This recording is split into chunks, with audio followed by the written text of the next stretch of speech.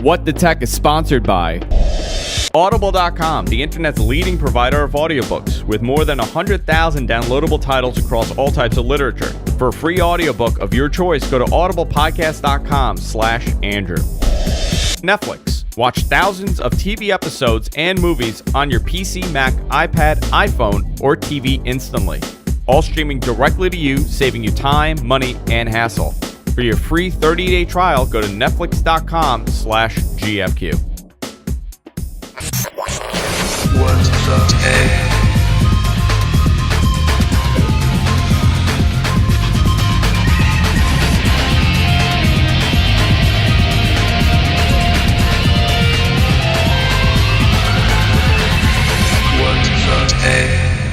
Hey everybody, welcome to What the Tech. I'm Andrew Zarian. Of course, I'm joined by the amazing, the wonderful, the sensual Paul Thurrott. How you doing, Paul? Thank you for finally noting my sensual side. How was your weekend? It's good. We've had something like 6 or 7 straight weeks of amazing weather, although, as was probably the case where you live, Saturday and Sunday weren't great, but it's been so awesome out lately. I'm a little suspicious of it, Yeah. Well, Friday was awful here, too. We had my wife's graduation party on Friday. And Friday, the weather was awful. Saturday, the weather was awful. Saturday, I was way too hungover to realize anything was happening. So I just, I pretty much stayed in. And yesterday, it was my first day of my diet. So I'm trying to not really go out and enjoy myself. I'm just sitting at home in the dark, not drinking or eating. It's a lot of fun. I'm going to be really upbeat today. Do you ever do that, Paul? Do you like, at one point, do you say, like, okay, I'm not doing this for, like, at least a week just to see, like, if you can control yourself to some extent? Yes. And how does it work for you? Usually not well. I mean, I think it's anything extreme is difficult, and that moderation is the key. What I'm more amazed about is that after 40-something years of life, that moderation is not automatic. It still blows my mind. Like, we have certain friends we'll go out, we'll drink a lot, and I'm like, I don't understand how we're doing this now. Like, it doesn't make sense that we still behave in this fashion. Yeah, You know what I was wondering? Do you do that with technology? Do you disconnect yourself? Do you almost say, like, okay, you know what? I've been doing way too much Twittering. It's somewhat affecting me. I'm done. I'm not doing it for like a good 2 weeks. It's okay. So it's actually kind of funny that you mentioned this. I was out in Bellevue, Washington, Redmond area with Microsoft. Was it last week? No, the week before last. I guess the week. I don't know. This is how frazzled I am. 2 weeks ago. And the woman who was running the Microsoft conference used to work for my company and was my boss a long, long time ago.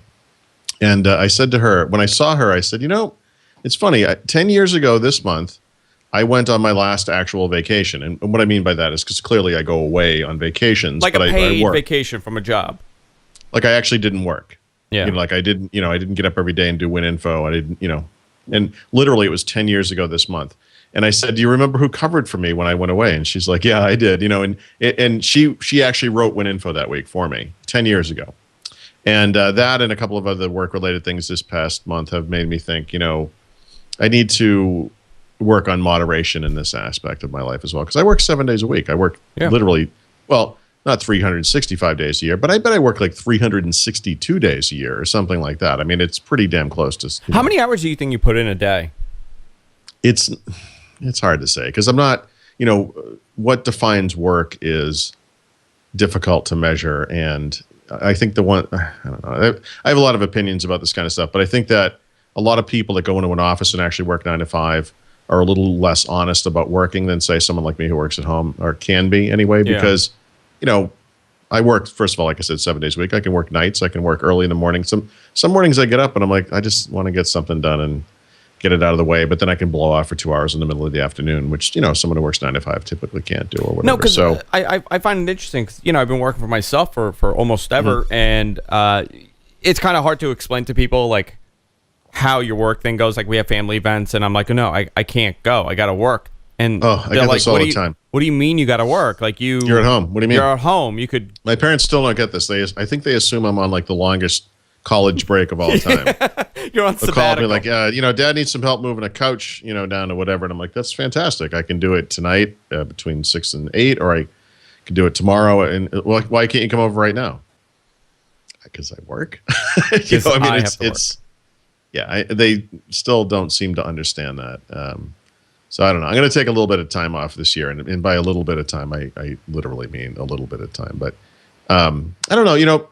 You sit in front of a computer all day long. It's not healthy. It almost doesn't matter what else you do. And I've been trying just to get out more. Just like I was talking about how beautiful it's been here weather-wise. I mean, I've been walking every day now for a month and a half or something. I mean, I just get out. Like, most people commute. They get in a car, they go to a train or whatever they do, but they're moving around in ways that you probably don't appreciate or important. But I feel like I'm turning to stone here.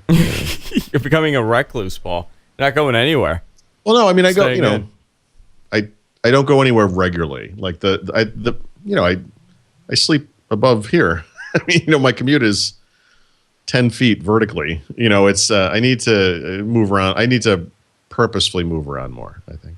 I kind of wanted to go into the Xbox stuff, but I like talking to people about this because it's so the Xbox. No. It's so difficult to explain to someone that you're working. You're actually working because everything you do is on the internet. Everything you do is there's no physical thing that you're doing. So when people are like, "Hey, what do you mean you got to work?" It's kind of hard to explain. By the way, to if them. there was a physical thing, I would be screwed because I couldn't make a cigarette like an ashtray or whatever. I couldn't. There's no thing I could do that would be helpful to the post-apocalyptic world that's coming. Yeah, I'll be the first to be eaten. So I have no actual real-world skills, which is a problem. But I can only address one problem at a time. So maybe someday I'll get to that. I don't know.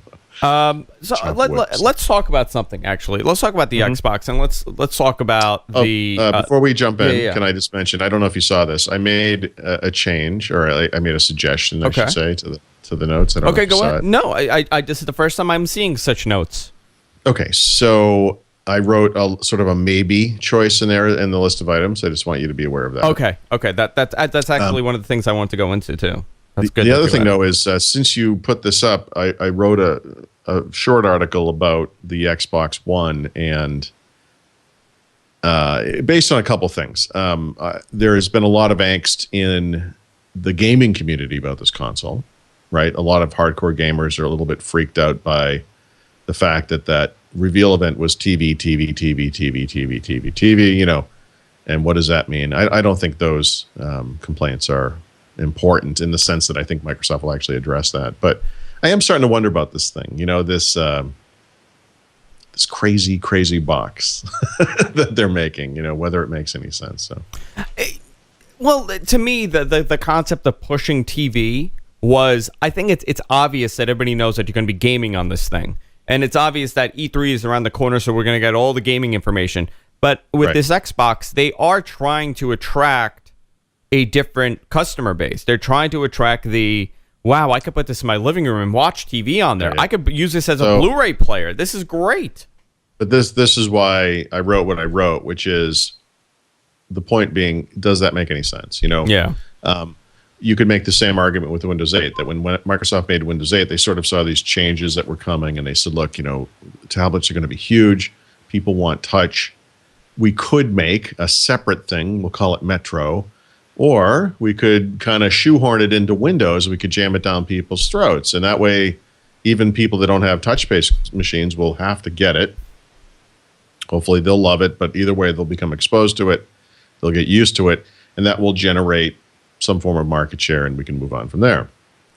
I wonder with the Xbox One if they're not kind of doing the same thing. Like, although unlike Windows 8, maybe I should have written this, the Xbox One is not necessarily particularly future-leaning, in my opinion. I actually think when you look at the differentiators between the Xbox One and previous consoles, that the number one differentiator is live TV, and live TV is not a future feature. It's a past feature. What a strange thing to add to this console. It's like adding an 8-track player to a modern Lexus convertible. You know, I mean, unless the Xbox is going to be that thing that kind of changes television and brings it into, the year 2013, rather than it being this older model that's been put in place, and we're still doing it 50, 60 years later.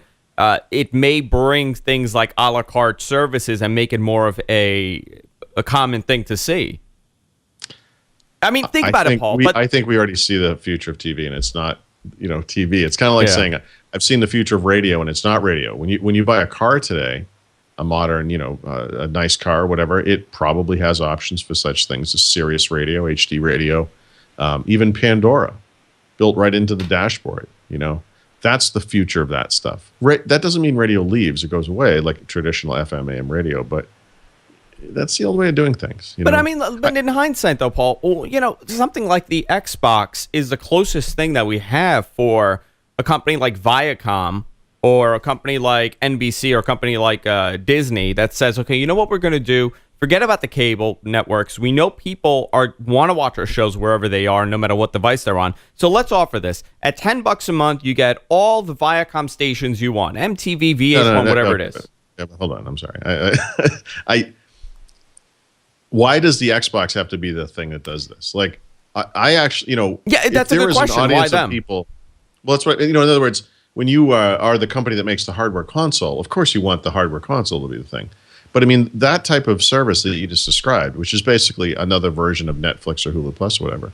By the way, it works perfectly fine on a $49.99 box from Roku that is completely silent. It doesn't generate any heat. Connects to your computer, your TV with one cable.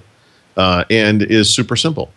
I mean, with this Xbox thing, aside from looking like a 1950s DeLorean and is apparently the size of your TV and, has giant fans and will generate heat and sound, has some crazy connections for connecting to TV and stuff, which I think is absolutely ridiculous.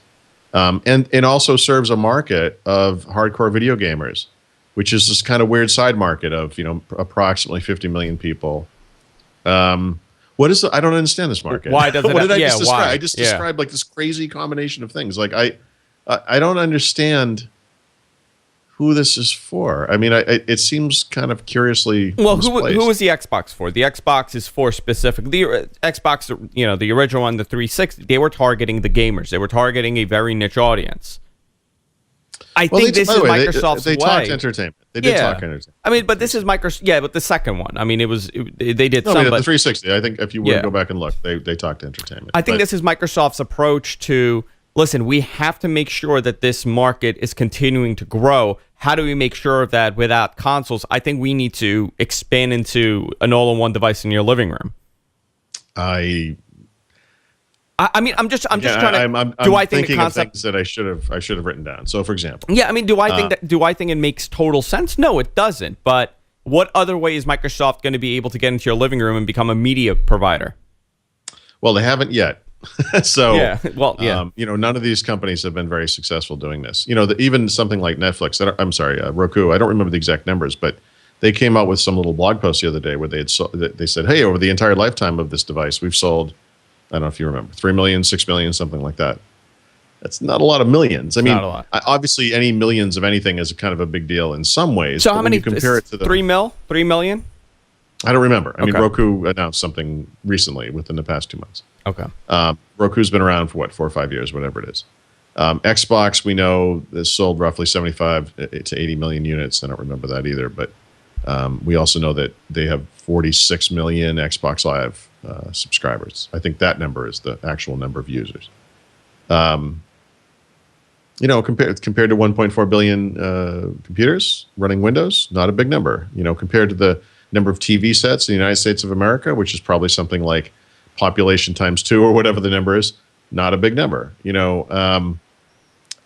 doesn't mean that it's not a viable market, but the problem for a company like Microsoft is that they need this to be a much bigger market for Xbox to be truly successful. And I think they're starting to create something that isn't necessarily the vision for Xbox that Xbox's best fans see. Yeah. Like Windows 8, why didn't they just create a separate thing that was Metro? Xbox One, why didn't they just create a separate thing that was like a $100 set-top box with an Xbox logo on it? And then they could have had a console that did that plus games. So what do you think Microsoft's answer would be for media consumption in the living room? I mean, I don't know, but they're going in a weird direction. Someone brought up a good point in the chat room. Just Me said he would rather pay $500 for an all-in-one device that does everything he wants than just a standalone gaming box. And I think Microsoft sees the console as a shrinking platform, because think about it. Casual gamers are consuming games on everything, on their phone, on their iPads, on whatever it is, on Steam. Yes. So how does Microsoft compete with that and sell a $500 gaming box? I see all kinds of problems with this market. I think one of the things that a fan of Xbox or the PlayStation would tout as, the big benefit is this notion of exclusive titles. I actually think exclusive titles suck. I think that they're what's wrong with the video game market. But accepting for a moment that that's the way things are, and I can't change that. Okay. Microsoft does things that harms its other brands. So, for example, they have something like, someone brought this up on Twitter today. Halo only runs on the Xbox. I mean, obviously, the original Halo and Halo 2 did come out on Windows years and years and years ago, but Halo, for all intents and purposes, Xbox only. See, I think if you're going to work within this market of sort of exclusive titles, like Halo should be a Microsoft exclusive, not an Xbox exclusive. Like, why can't Windows gamers have access? That's a very good question. Yeah, it's crazy. I just think that move right there is very Sony-esque. When we look back at Sony, what happened to Sony? How did they implode? There was a big article, I think today or yesterday, in the New York Times about how Sony should be split up. And the way it should be split up is it should get rid of its electronics division, which has lost $8.5 billion over the past decade or something. Yeah. That the stuff that makes money for Sony is stuff you would never even suspect that Sony does, because they don't do it here. So what is it they're making their money on? Insurance. You're kidding me. They sell insurance. You're kidding me. Nope, they make insurance. Well, they're like the car. I mean, they are like the car companies. There are car companies that are making their money from loans. So I guess it's not that crazy idea. It is exactly like that. So wow, that's bonkers. I never heard that. Okay, but here's the thing. Microsoft doesn't sell insurance. Yeah. So Microsoft is doing like the electronics part of Sony that's losing money. And by the way, Xbox has done nothing but lose money. And they don't sell insurance. So I don't quite understand what the point of it is. Like, it's so weird to me. The Xbox brand is important and is strong, but it's the type of thing that maybe could be put on a tablet. It could be put on an entertainment box. It can and should be put on a console. But those Xbox titles, which I think are mistakenly and wrongly attached to the hardware, should be attached to Xbox, the brand, and you should be able to play them on Windows because we have Xbox games on Windows. So let me ask you this, Paul. I think everybody knows that Xbox actually lost money and the PS4 lost money, but did Microsoft get the money back at all with Xbox Live and all the other services that they have? No. For Xbox? No, really? No. So, I mean, what are they going to do with this one? The goal they knew with the first gen Xbox that they were going to lose money. Yeah. The goal with the 360 was we're going to make money this time. And the way we're going to make money is it's going to be like a 7 or 8 year life cycle. And those last 3 years, we're going to actually turn the corner. We're going to make money. But a funny thing happened, unfortunately. The market for video games actually did not jump dramatically in Microsoft's favor, at least console-based video games. And they had that little annoying problem where every single Xbox ever made had to be returned and be fixed at least once, and in many cases 3 times. Yeah. So now this console generation is going to last another 3 years, and their plan is to sell 100 million of these things before they're done. And remember, they sold about 75, 80 million at this point. They expect to sell another 20 to 25 million units after the Xbox One comes into market. And so they're using this as their Apple-style 2-tier market, where a product that will have been 10 years old in a couple of years is still selling. Will still be selling in the market. I mean, that's insane. And we make fun of Apple for doing this with the iPhone 4 and the iPhone 4S or the iPad 2 or whatever they're still selling.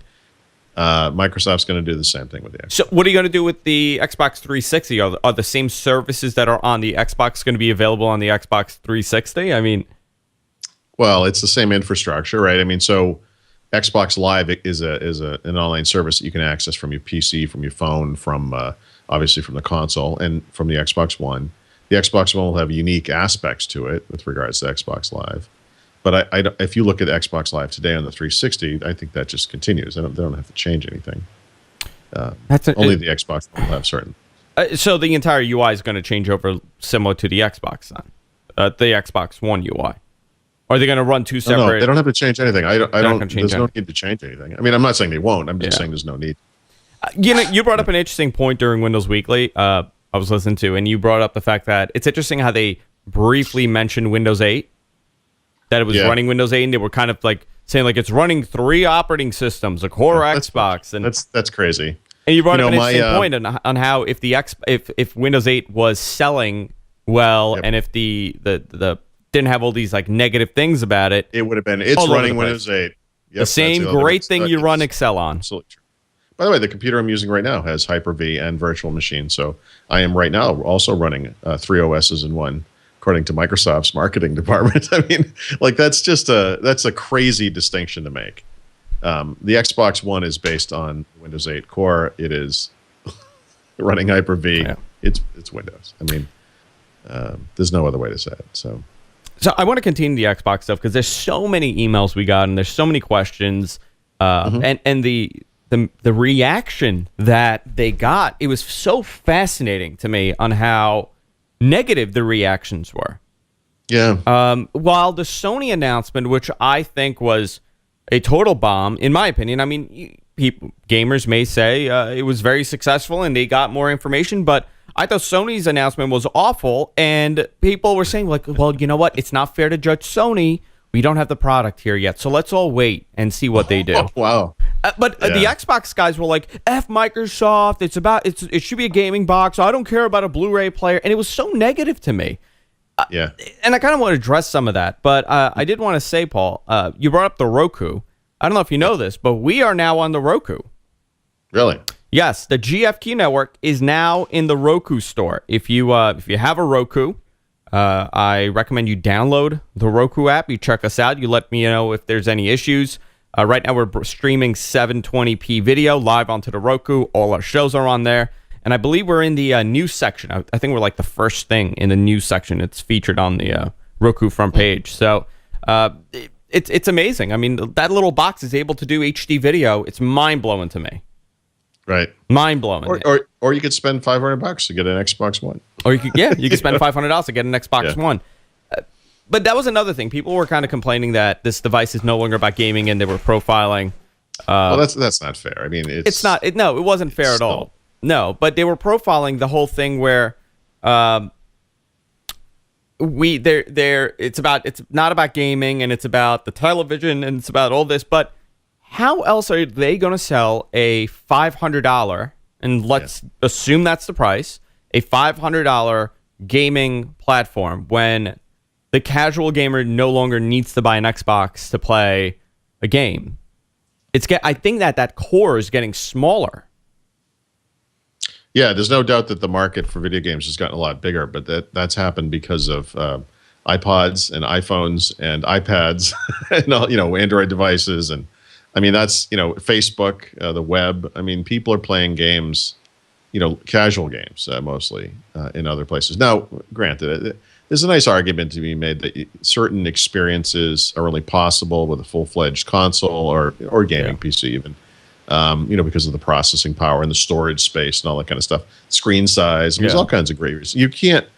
You can get a game that looks just like modern or Call of Duty, like Modern Warfare, on an iPad, but playing it is horrible because the touchscreens are just terrible for that kind of game. So that's fair, but it's also fair to say that the market for that kind of game is small. Like I said, 45 to 50 million people. That's pretty much it.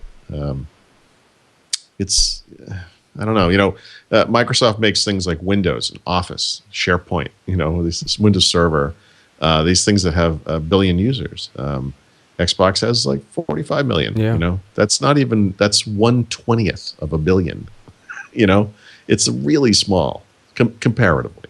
No, it is. It's small, but I mean, it's a diehard group, and it's so out of their realm if you think about it. And you brought up the point. They that's what they do, and here's gaming. Halo. Yeah. It's a fascinating even turn. Halo 4 came out last fall and was immediately blown away by the latest Call of Duty game. So, Halo games come out once every 3-4 years, whatever it is. They're a big deal for Microsoft, but like the 17th installment of Call of Duty still outsells it. I mean, I think it's time to kind of rethink this, that this stuff is not, it's just not as big as, I don't know, people kind of assume it is. You posted this fascinating article. IDC put out a press release, and they're talking about the PC sales and tablet sales, and how they're estimating that tablets will surpass PCs as far as sales go. Yeah. What's interesting about that is I actually have data here that is from the United States. This is a worldwide view of this, so it's possible that this hasn't happened worldwide. But if you look at if you look at only the United States, actually, let me step back a second. I'm sorry. So what they say is that this year, tablet sales will surpass those of portable computer sales, right? I think that was the laptops, yeah, just laptops, and that tablet sales will surpass all computers by 2017, something like that. I think that's what IDC says. Yeah. So okay, fine. The thing is, like, this is already happening in the United States. So, for example, if you look at last year's data for sales of notebook computers, desktop computers, and tablets. Let me just try to find the exact date. It was May 2012. Tablet sales surpassed those of notebook computer sales. It's already happened, and notebook computer sales have basically declined and then flatlined since then, whereas tablet sales growing more slowly than before, but still growing. Right. So as of March 2013. Tablet sales were significantly bigger than portable computer sales, and actually in the United States were bigger than the sales of. Actually, that's true. Yep. No, not quite. Well, about the same. They're about the same as overall computer sales. I mean, but it kind of makes sense that you're more likely to buy a $199 device every year than to buy a laptop every year. Yes. Right. Yes, Is it that? Yeah. Is that the factor that's playing in, or is that's it definitely that? Part of it? Yeah. Because that's actually also part of this data, that when you look at the cost of tablets, the mix of tablets, tablets that are under $300 are the biggest chunk of the market.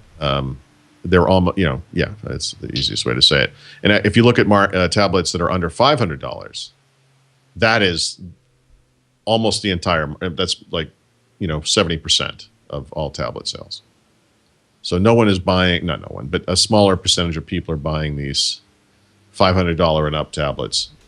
Most people are buying the ones that are under 500. See, that's an interesting entry price, the $499. That's the iPad, and that's I'm trying to think. The problem for the iPad is, all the full size tablets. Surface starts at 500. Well, not all of them, I guess. Obviously, some people are trying to undercut the Apple model. But, I mean, just pretty much a Surface and the iPad. I mean, there's some Android. The Google one is probably in the same price range. I'd have to go look at it, but the Nexus 10. Yeah, I bet that's roughly 500. Okay, so it's about But I mean, as far as sales, it starts at 400. Okay, so as far as sales go, I mean that market is pretty much locked in from Apple. I don't know why anybody would go and buy a 10-inch Android tablet. The reason I don't know why anyone would spend $700 or $800 on an Apple iPad, fully knowing that this thing's going to be obsoleted in as little as 8 months. Yeah, It's just would be a little nerve-wracking to spend that kind of money on a product like that. But I think that's going to change. I think the market has moved down to this lower level, and there's no getting it back. Just like happened in the PC market. Once you introduce consumers to less expensive products. I mean, but this kind of in a bizarre way is the beginning of the end of the traditional PC, and then people are critical of Microsoft for taking this approach and kind of going to Metro for this, but they're kind of forced to do this. This simplified way of doing computing is what will continue computing in the 21st century. It's nobody wants dumbing. Yeah, I mean, nobody's using Windows Explorer. I mean, Windows Explorer will not exist in 10, 15 years. Well, we hope it's, they're going to kind of take a different approach at this. But file management and terminal and DOS, these are things of the past. Nobody's doing that anymore. And you're not going to, how are you going to, I mean, maybe I am. I mean, I did use Terminal to do a ping thing yesterday, but is your mother going to be doing it? Is your father going to be doing it? No. I gave my dad an iPad, and he's getting it. He loves it. Sure. These are the devices. Obviously, there's a sense of loss with anything like this. It reminds me of, USA Today's entry into the newspaper market and the fears from the mainstream media that this was just making people stupider. The shorter articles, in quick bursts, the types of things that people could actually read on a commuter travel or whatever, which was the point of it. But is it the people that would be okay? So USA Today, right? So are the people that are reading the New York Times jumping to USA Today because it's quicker and shorter? No. Or is it people that will never read the New York Times that are picking this up? These are old-fashioned issues, but I mean, when newspapers were a big deal, some newspapers like the New York Times were these very large format newspapers, and then they have the smaller format papers like the New York Post or whatever, where in Boston we have the Globe and the Herald is the one, it's smaller, so you can open it on a train and not kill the person next to you. So that's kind of nice. Well, it is an art. You know what is an art, and it's going away. People do not know how to fold the New York Times. Right. Because it's a bed sheet, Oh, it's insane. It's hard to read. It's so obscene. And they're not going to change that, right? I mean, it's just, well, they probably made a concession at one point. I'm sure they made it like an inch less wide or something. Yeah, I mean, the whole concept is insane. Yeah, I mean, but obviously we're in a different world. So, but this is sort of parallels to that, where there are a lot of people who've been listening to podcasts like this who are like me, kind of old timers, and you're talking about Explorer going away, and I'm like, I don't like the sound of that, But see, I don't either. I don't either. Whatever. I know, but it's a tough pill for some people to swallow. For all of the complaining about Windows 8, I think you're right. I mean, Microsoft deserves a little bit of credit for taking a pretty aggressive move in that direction, knowing that that's the way the market was changing. Doesn't mean they're going to be successful, but I mean, the biggest argument was when the iPad came out, and I was one of these people that agreed with it. I'm like, there's no USB drive on this. How am I going to transfer files into this thing? And how am I going to remove files? And you quickly realize that there are services like Dropbox that make it far more simpler than having an iPad and popping in a USB thumb drive in this thing. So, okay, not to get off on a completely different tangent, I would just say that Apple, with the iPad, as is so often the case, was a little ahead of the curve and should have had some interim solution that would have allowed people to get media onto the device in a way that was simple for the time. Mm-hmm. What I think has put the iPad and other devices like it over the top since that thing was released is the emergence of cloud computing services. Absolutely. Where that doesn't matter anymore. So Apple itself, I don't remember the timing, but let's say a year and a half or 2 years after the iPad came out, moved iTunes to the cloud, and then made that stuff available over the air on the device. So you had this notion where I've purchased a movie, it doesn't have to be synced from this computer to that device. I can just from that device say I want to watch this movie, and it downloads to the device.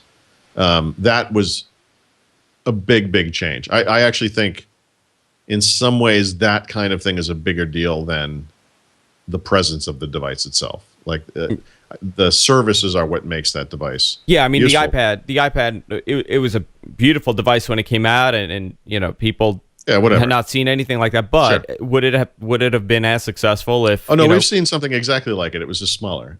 Yeah, let's remember it wasn't all that unique looking. I mean, it was just a bigger version of something else. But seriously, I think that the thing that puts the iPad over the top and these other devices, whatever they are, is the availability of that content. And actually, if you think about it, this goes back to the conversation we just had about the Xbox One, where I think this kind of weird obsession about the actual hardware of the device, and by that I mean Microsoft's obsession with it, is obscuring the fact that the things that are important here are the services and the games, which can and should be on other devices, that they shouldn't be just laser targeting this one big honking box of metal and plastic that they want to sit in your living room for the next 10 years. Yeah, you're absolutely right. They made very little. They made very little reference to the actual services that this thing is going to offer you.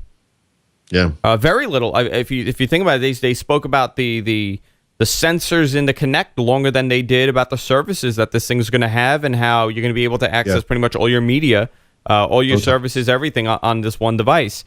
That kind of goes into something I was thinking about over the weekend. The biggest argument is, well, how is Microsoft going to compete with a Roku for $69 and a $99 Apple TV, which pretty much, if you want to consume media, if you want to watch Netflix and you want to watch Hulu, these are the boxes that you do it on. It's very cheap, affordable, you can put it in every room. But my question is, how are these companies going to compete with something like the Xbox? Which companies? The Roku and Google TV and Apple TV. I mean, they. I'm not sure they have to. It's Apple does something fairly unique. I think this is kind of pushing the bounds of what a normal human being could be expected to master. But you can, with an iPad or an iPhone or iPod Touch, walk into a room with an Apple TV on it and change the playback of a movie or music from your tablet / phone, whatever, to the Apple TV, right, using AirPlay. It's pretty sophisticated. It's pretty amazing, and it works. too. It works so well.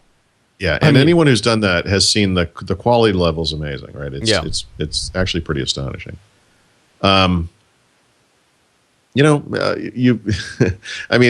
an argument there to be made for buying into the Apple ecosystem, why that makes sense, and how these things all work together and all that kind of stuff. I mean, I guess it depends on what's important to you, but Roku doesn't own the box. Roku's on everything, but they don't. I'm sorry, Netflix. I meant to say Netflix. Netflix doesn't own Roku. They don't own the box. Netflix is on everything, but you're kind of at the mercy of the experiences that you get on those systems. Same thing for Hulu Plus. Same thing for a lot of those services. Microsoft has video and music services, but I don't think anyone really uses them.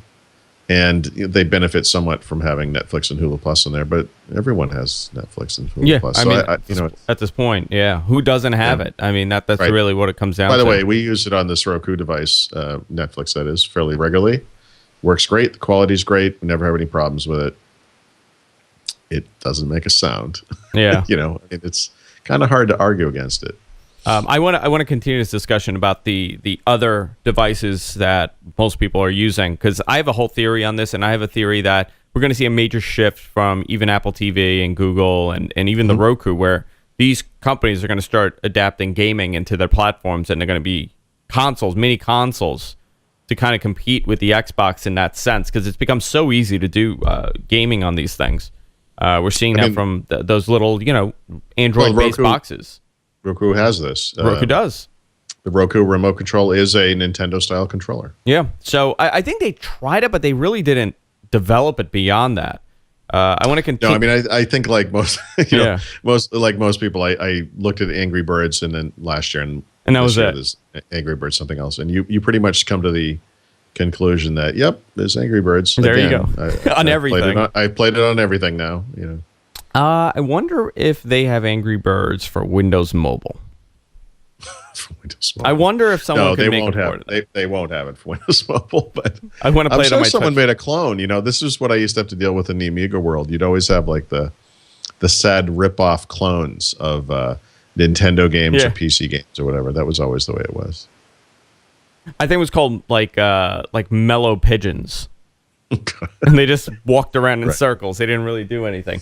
Irritated avians. I want to continue this, but before we do, I want to thank our sponsor, and that's Audible. Audible.com. Get your free audiobook by going to audiblepodcast.com/Andrew.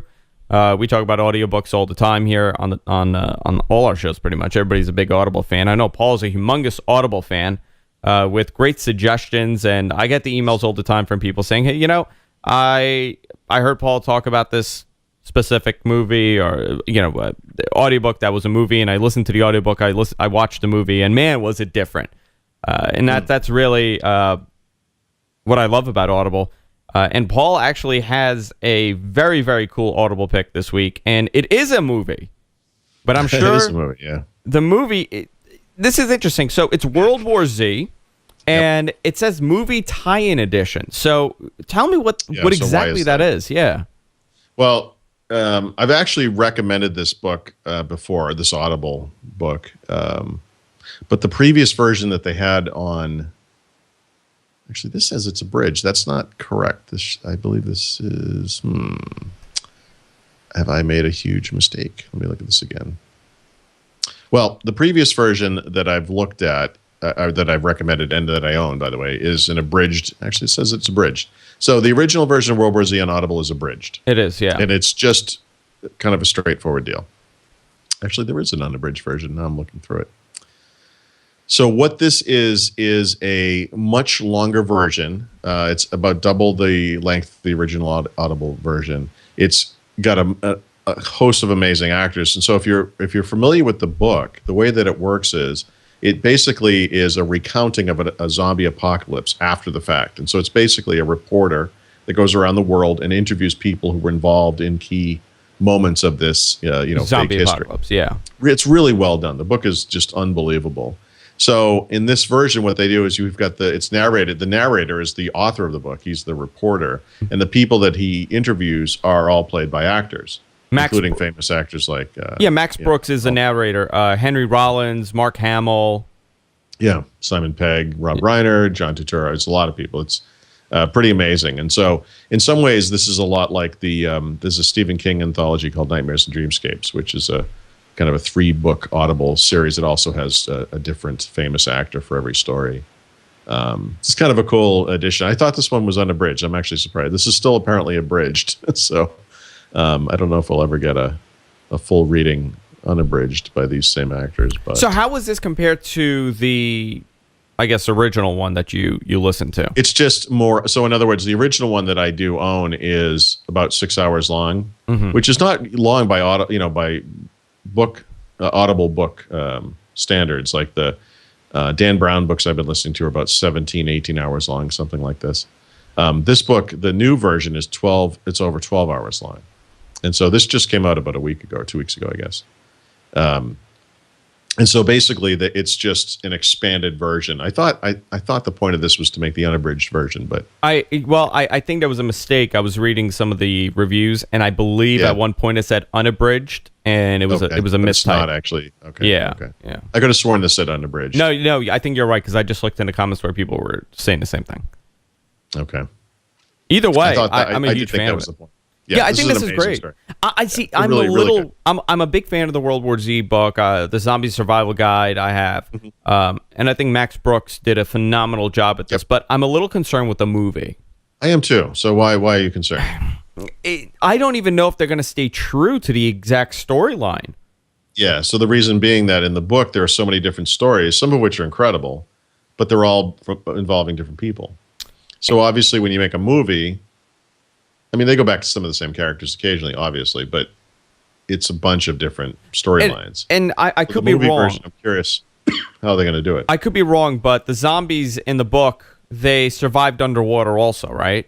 Yeah, And that was the problem? Cool. That was one of the excellent ones. In fact, that was the way it ends. Like during the cleanup, it's like we're still running into these guys in the water. It's like still kind of a problem. Like in Antarctica, like they're frozen there. Yeah. And wasn't it like meningitis? It was like a virus like meningitis. Or I could be mixing. That caused it. Oh, I don't Yeah. remember that it being explained that explicitly, but I could be totally making that up. no, I mean, obviously, it started in China. I think that was, I think they were trying to draw the comparison to like the avian, Yeah. the bird flu type things. I don't remember meningitis. That's interesting. I could have made it up. I'm just saying I tend to do that My sometimes. memory is terrible, so that doesn't mean. Because I read it a while ago, but you know what? I'm going to re-listen to this because this is a really cool. This one bugs me because I literally did just re-listen to this. Yeah. This year, already this year. So. Oh, it's a great book. For anybody that's a first that's never bought Audible. I think even if you don't get this exact one and you get the original Audible version of this, it's a great get. World War Z. It's a great book. Really well done by Max Brooks. I'm a big fan of it. And you get it for free if you go to audiblepodcast.com/Andrew.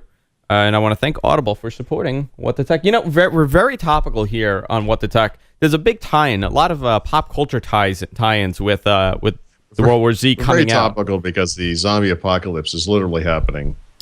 Oh, we I am convinced that it is happening. I'm convinced that it's already happened. I bumped my head and I'm in some coma and this is all a dream.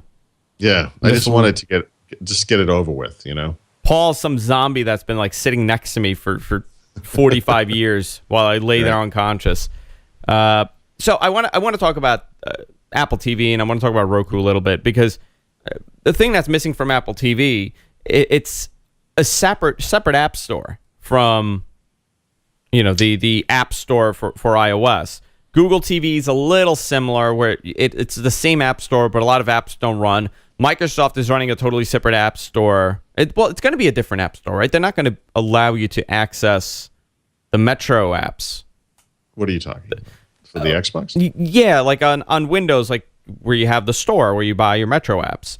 That is not going to be accessible. It's not going to be like a one harmonious app store amongst all.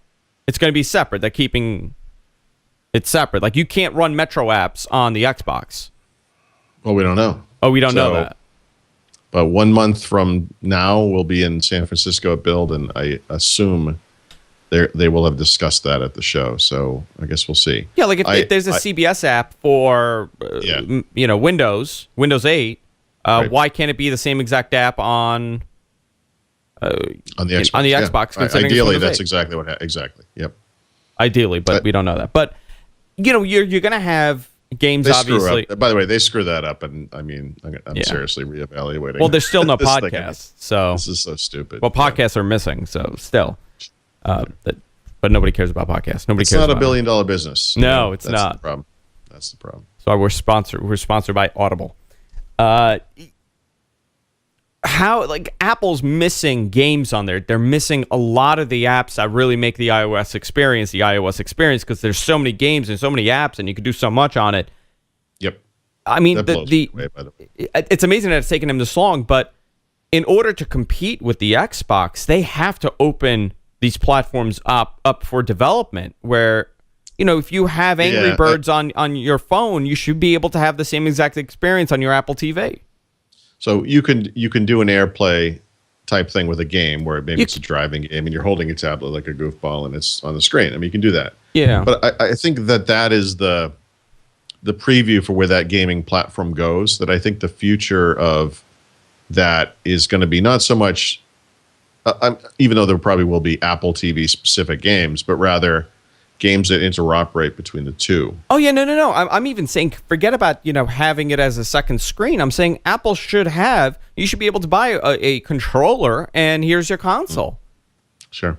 I mean, I'm sure they could do it. I think I made the comment some weeks ago that if Apple ever turned the Apple TV into a gaming platform, they could probably kill the Xbox right there. Oh, wait, why do you say that?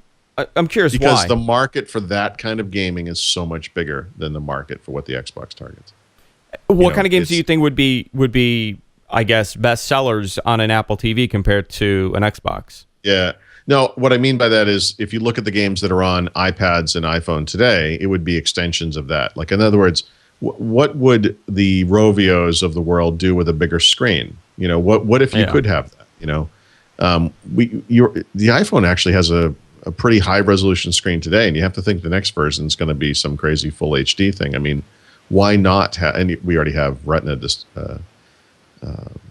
displays on the iPad as well. I mean, why not blast that information to an HD TV screen to the best stereo in the house and do that kind of interoperability? I mean, the biggest argument is, well, nobody wants a game on an iPad. Nobody wants a game with a little phone as a controller. Well, that's the easiest fix possible. All they have to do is get a controller. It also opens it up very easily to something that Microsoft's going to have a hard time duplicating, unless, again, they get it right. We'll see at the end of June. But the ability to play a game on the go, come in, play it on the big screen, leave, continue playing, that kind of thing removes the problem with mobile games, if you will, which is that they lack most of them lack quality, sophistication, and all that kind of stuff. This would open up the market for that kind of stuff. Potentially. Is it the fact that it's lacking the sophistication because of the gameplay you're going to have on a on a whatever in screen or on an iPad with a touch device? Is that the reason? I think that's a major reason. I don't think it has to do with the processing power of these chips. It's not processing power. Because I've seen some phenomenal examples of really good-looking first-person shooters on Android. And you're thinking, I'm like, oh my God, this is running on like a Snapdragon processor. And it runs great. It's just that you can't play it because the control scheme is terrible. Yeah. It's not the game maker's fault. It's amazing that they can make games like that. It's just that the controls aren't there. The advent of multi-touch on devices like the iPad and the iPhone has triggered kind of a renaissance in game making where we have these new types of games, like especially like physics type games, that never would have existed had those multi-touch devices not appeared first. And some of them are really good, Angry Birds and so forth. And the addition of interoperability on the big screen through an Apple TV, in Apple's case, might trigger another generation of games that just wouldn't exist if you didn't have that interaction capability. So it's kind of hard to imagine what those games might be, but we never could have imagined Angry Birds if we were still playing games just on an Xbox 360. That game never appeared. And if it did, if a similar style game appeared, it would have been laughed at. Is this what, I mean, look at the quality. This is garbage. Right. It's what was the first successful game that iOS had? Was it Fruit Ninja? Oh God, I can't. It's hard to. I want to say like it was either like Fruit Ninja or like Plants vs. Zombies. I don't think that's the future of these set-top boxes. These media devices, but you could get a. I mean, I'm not talking Call of Duty quality, but you could come close enough. Sure. For $100 set-top box, and you're just buying it for $4.99 on a TV. And so at that point, you're paying $4.99. You're getting a very similar style game with the same kind of feel with the controller, or you're going to pay $70. Right. That's the biggest threat I see for Xbox. I think that's the biggest uphill battle they're going to face. It's not going to be their core buying Call of Duty and playing it. I don't think that those numbers are going to slide. I think it's going to be. Those guys are there. I mean, that's and there is a market. Yeah, no, there's a tremendous market. But it's not a billion people. No, that's the problem. It's just not. It's just not. It's interesting. I think with iOS, obviously, Apple has the upper hand here, and they're going to be able to do it. But I mean, Google TV, in my opinion, did it the right way. I know you don't like the pass through stuff. You don't get it. I know you hate the IR blasters, but yeah.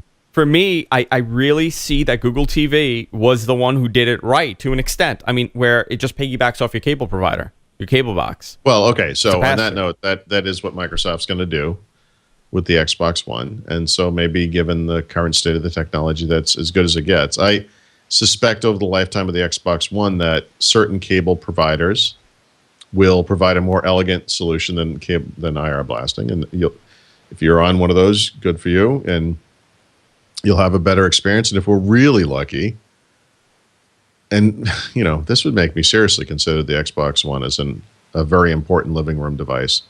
I mean, what if Fios or whatever, Comcast or whatever, Xfinity, offered that as the console, offered that as the DVR, as the cable box? And you just leased one. What if it literally was that thing? That's all it was. Yeah, and I mean, could you imagine? That would be amazing. I mean, you pay the lease, $15.99 a month. Be amazing, And that would be great for Microsoft. That would, yes. $15.99.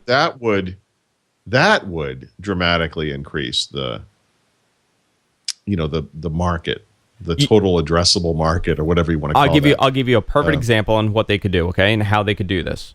$15.99 a month. You're already paying that for your DVR. You sign a 3-year contract, whatever it is. So within, is that paying it off? Let's see, $15.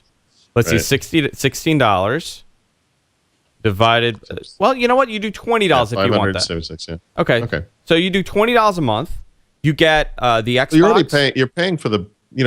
I'd have to go look, but a Fios DVR is not free, right? No. It's $16. $15.99. It's amazing. You're paying $15.99 for a Fios DVR, and I have 3 of them. Absolute piece of crap. And it's a piece of junk. So you get rid of your entire Motorola user interface that they have. Your Xbox is a cable box. Now you get rid of your on-demand service. You totally wipe that out because it's junk anyway. You made Redbox the on-demand service for Verizon Fios. So if you get it with the Xbox, guess what? You get Redbox on there. It's totally free as part of the service. So they don't even have to worry about DVRing. Everything is there on Redbox. You move everything over to the Redbox platform, and that will be a major competitor for a Hulu or a Netflix. Oh yeah, definitely. So we'll see. That sounds very exciting. They've not announced this. I'm very excited. So that would be great. But getting rid of, I would pay money to get rid of, not Fios, but to get rid of this stupid cable box. I hate this box. Yeah, and top it all off, the last high def channel that we got was 2.5 years ago. I don't know if you know that, Paul. It's amazing. Okay. But how? Why? You're right though. Why does it have to be Microsoft? I mean, you said that early on. Why does it have to be Microsoft with this? I don't think it has to be. I mean, do you think it has to be a major player like a Microsoft to do this deal, or do you think it could Google or well, I guess it's three of them are major players. Do you think Microsoft has a better chance at convincing the cable companies that, hey, listen, bring your services over? For all of the kind of high-tech nature of a company like Fios, this business is still very much like the newspaper stuff we were talking about earlier. It's really kind of old school. I mean, this Motorola set-top box has got to be a 15-year-old design. They're very insular. They're not very trusting of the outside world. They don't want to be seen as dumb pipes. They want to be the ones offering everything. They don't want Microsoft or some other company to swoop in and present themselves as sort of a buffer between them and their customers. But, something like that would be incredible. I mean, Microsoft has had great set-top box hardware for years and years. It's just that outside of a couple of markets like Portugal and I guess there's some AT&T stuff here in the United States as well, almost nobody has access to it. Yeah. So... the problem here was that I think, I mean, tell me because you probably know better than me, but Microsoft's big. They wanted to do this years ago, and nobody wanted to play with them because of the whole antitrust stuff. Yep. Right. They were scared to death of Microsoft. Yep. Yeah, they were terrified to even go near them. But sure, it's too bad because this is like one area where they know what they're doing. As any media centers user will tell you, they've always done an awesome job with this stuff. Always. And that TV interface, the guide interface they showed on the Xbox One looks great, of course, because they've been doing this stuff for a long time. With Google, do you think it's over for them for Google TV, or do you think it has some sort of way to survive? Because we are getting an update. There is an update coming out. We're getting Jelly Bean. Okay, you're right. We're changing from I think Honeycomb still to Jelly Bean over the next couple months. Yeah, I don't care about that. I mean, I think that Google TV needs a more fundamental fix. Google, in some ways, is at this position they get to a lot where they just have too much stuff going on. So last year they had all this crazy consumer-oriented announcements. They had that product that they kind of made, announced and then never, released except to a couple people. Yeah. I think they need to rein it in a little bit, and they're big enough that Google TV maybe doesn't go away. But I mean, they've sold like 17 of these things. To me, it looks like what their goal with Google TV was get the TV manufacturers to install Google TV, let us be their UI, so we don't necessarily have to change it every year. We have a couple years to work on this thing and push it out after 3 years, because you're not buying a new TV every year. Right. So it wouldn't have been a concern. It would have just been the UI on all these TVs. They kind of pushed out something that is very close to what we were just talking about Apple possibly doing with the Apple TV, right? I mean, that's what Google TV is. It's there. It's already out, And there are probably people who really feel strongly about it being kind of a decent solution, but it hasn't gotten any traction yet. So I think there's like 40 people that own it, and we're just waiting. Yeah. We're just waiting for it. If done right, I mean, but for Google to be successful at this, they have to rely on companies like Asus that's going to take Google TV, put a really good chip on that thing, and maybe sell it as a gaming platform. So it's Google TV as the core. Everything is Google TV, but now you have all these games that could potentially work on this thing. And they sell it with a controller. Right. I think for Microsoft and for Apple, it's more in their control. They could kind of determine their future as far as is the Apple TV going to be a gaming platform? Is it going to be just television consumption? What is it going to be? Right. While for Google, it's a total free for all, and just hoping they're taking everything, just throwing it at the wall, hoping something sticks at that point. Oh yeah, this is it. This is what we're going with. I'm surprised we haven't heard more about Google TV this year, to be honest. But they announced a very small announcement saying that they're getting 4.2.2. A Jelly Bean to, I think, all the Google TV boxes. When? We don't know, in the coming days. But we don't know. Maybe. I mean, that's not hugely important. I think it's the problem. No, I think it's really important because Jelly Bean incorporated that butter stuff, that Butter UI, where everything runs a lot better. Honeycomb was a joke. I mean, it was a junky OS. So for the experience will get better, but is it going to help development on this thing? No, I don't think so. I don't think it's going to really help it. I want to wrap. We're getting ready to wrap up, but I did want to talk about Netflix with you. Arrested Development is on Netflix. Have you been watching it? Oh yeah. I want to ask you this because I've been asking a lot of people about the experience of watching, a network style show on something like Netflix as a new show. Do you think the show has changed? I mean, obviously there's been some change, but do you think because they're on Netflix, it has affected them in any way? Actually, the bigger change for this particular show, because this is the rare example of a show that was on TV and now is on Netflix, right, is that because a lot of these people are so famous, they have busy schedules, they weren't able to get them all together like they did in the old days and film together. So they did it in kind of a serial format, which is, kind of hit or miss. But having watched that Kevin Spacey series, House of Cards, on Netflix, and having previously digested traditional shows like Lost is a good example of this, or almost anything that's been on HBO where, Rome or Deadwood or whatever, The Sopranos, you can watch them like bing, bing, bing, all back to back. It's a great way to do it. I love them releasing this stuff all at once. I think this is the right way to do it. You think that's the right way? Because I actually feel that it hurts the show. I am. So I'll give you an example. This season right now, we have not and will not watch the Game of Thrones until it's done, and we're going to watch it all back to back because that's how we like to do it. Okay. Yeah. On whatever. On HBO. Did you watch? Have you watched the entire series for Arrested Development? Oh yeah, many times. No, I'm talking about the new shows. Have you watched them all? Oh no, almost. We're probably, I think we're on episode 9. Maybe. Okay, so I'm at 11, and for me, the fact that it's all out there, I think first of all, it possibly hurts the buzz about this thing because it's not continuing over a couple months.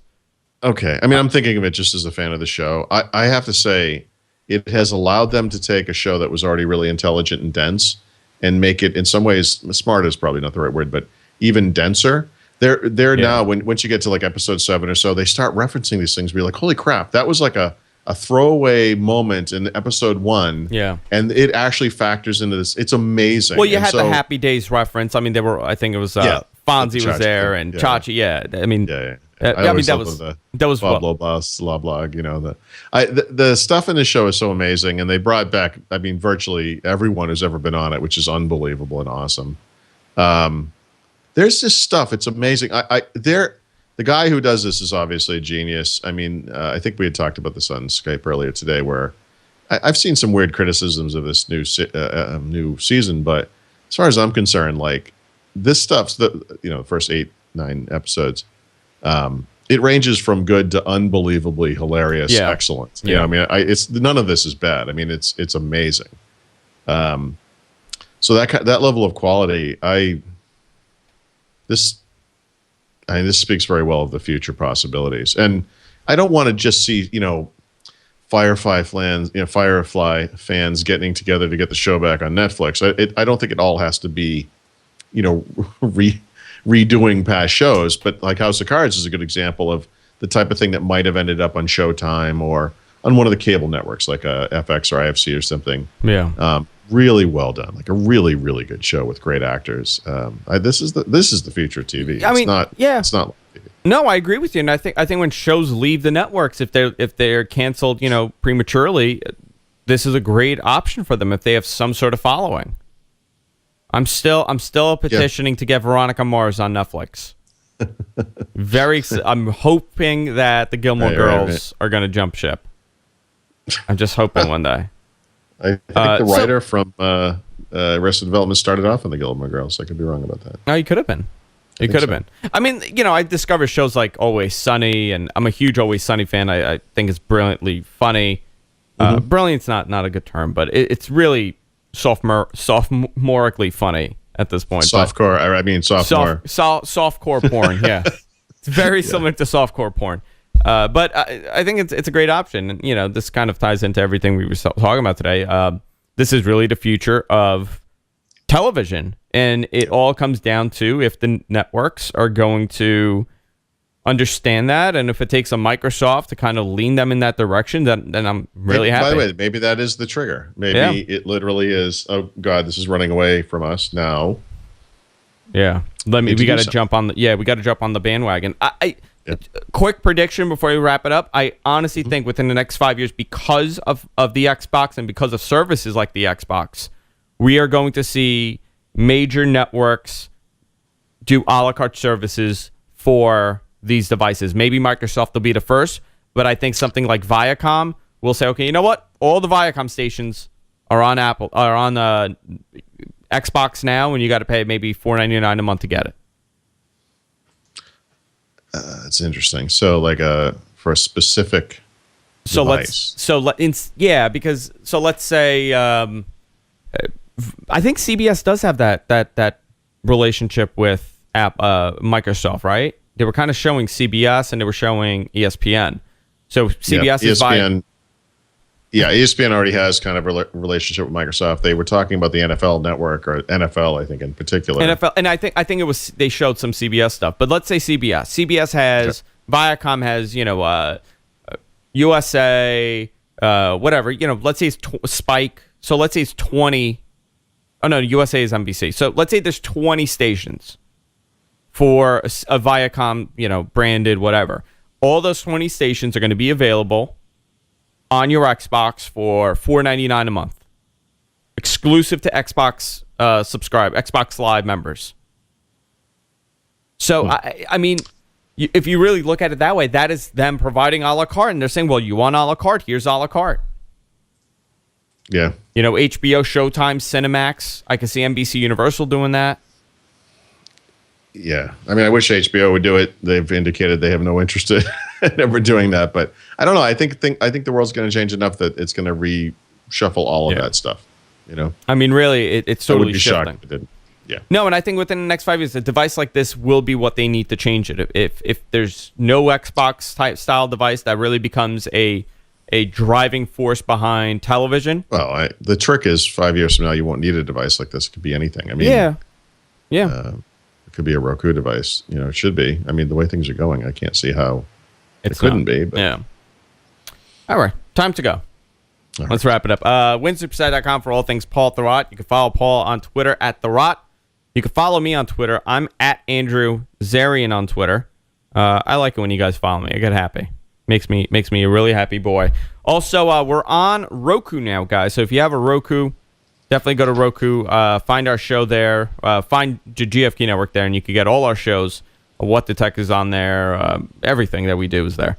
So download us on Roku. We're also everywhere podcasts are available. So subscribe and download the show. Paul hits me every time people don't subscribe. He sees the numbers and gets very upset, and he punches me right in the mouth. It's a thing that he does. I don't know why. He's very violent. I guess so. I think it's the blue rage of his shirt. Right. And that's it, guys. We'll see you all next week on What the Tech. Good night, everybody.